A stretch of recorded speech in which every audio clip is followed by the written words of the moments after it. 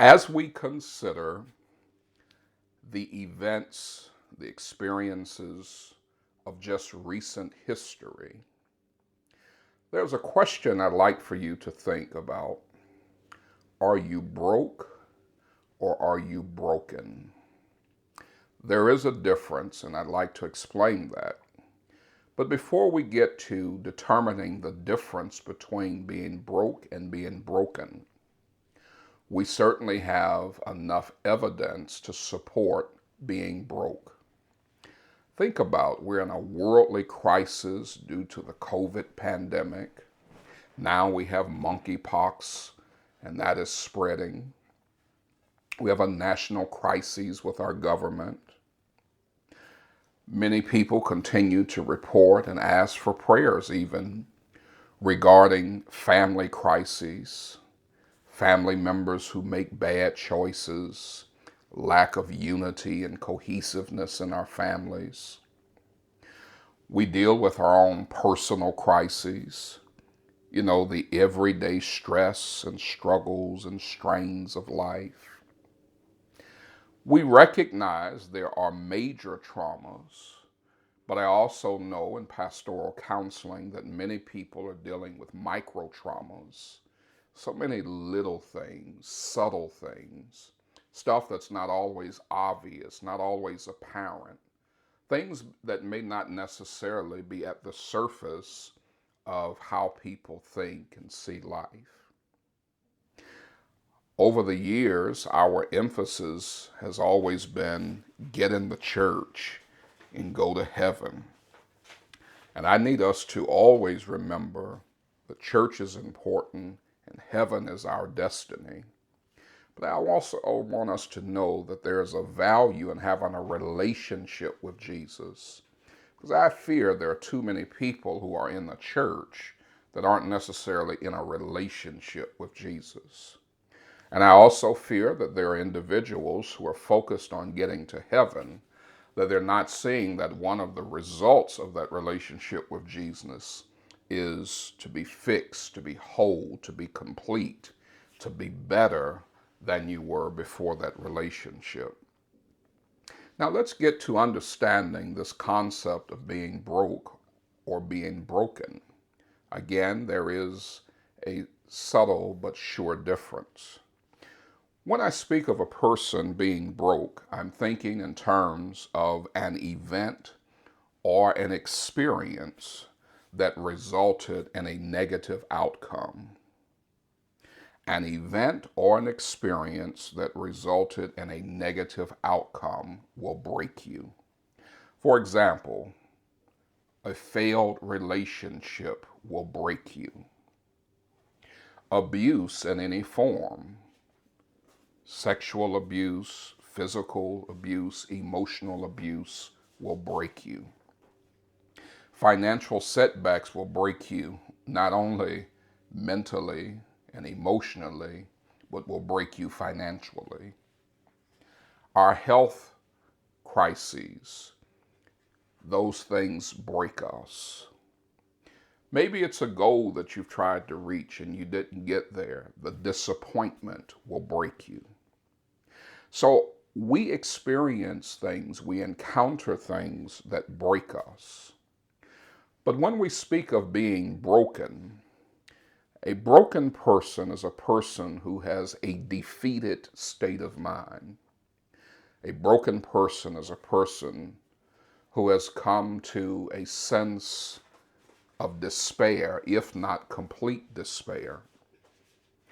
When a person is broken, they have no energy, no effort, and no enthusiasm to work at being whole again.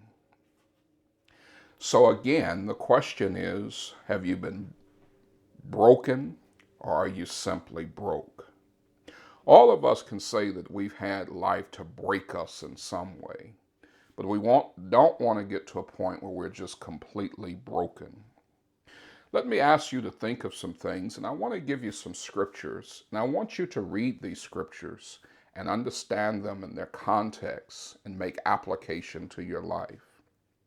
The first thing that I want you to think about when life breaks us and in hopes of us not being completely broken, is that's a time to determine our spiritual capacity.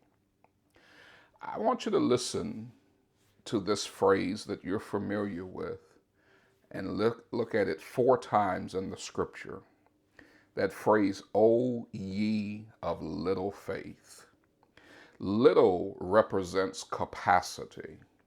And sometimes the difference between being broke and becoming broken is the capacity that we have in our faith.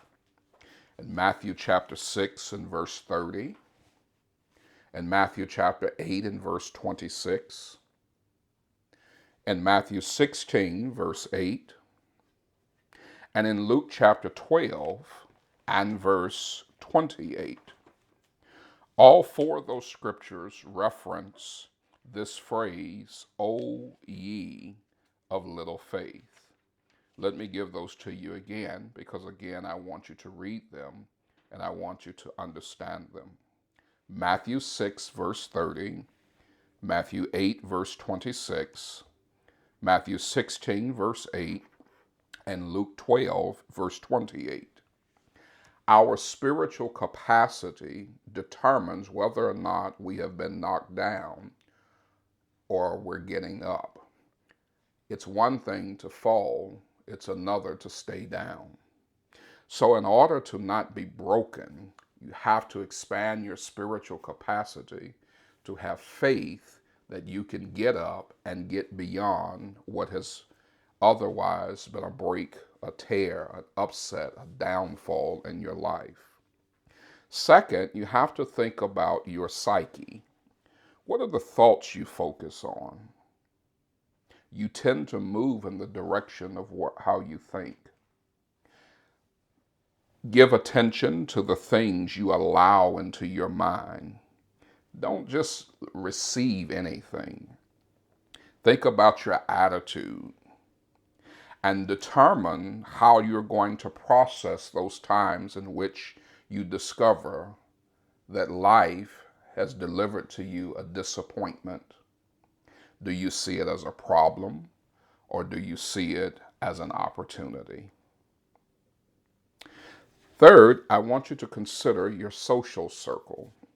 Again, some scriptures that I want you to read and understand in their proper context. Sometimes our social circle is not a social support system. We need social support, but our social circle is not always very supportive. So give ear, give thought to who is around you, who you listen to, and what you are receiving. In Job chapter 2, verse 9, it was a family member, in fact his wife, who told Job to curse God and die. In Job 16, verse 2, it was his friends who Job had to conclude were nothing more than miserable comforters.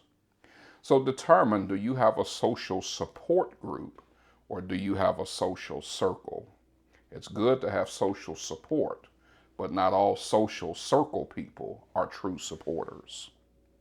I'd like to encourage you to do 5 things.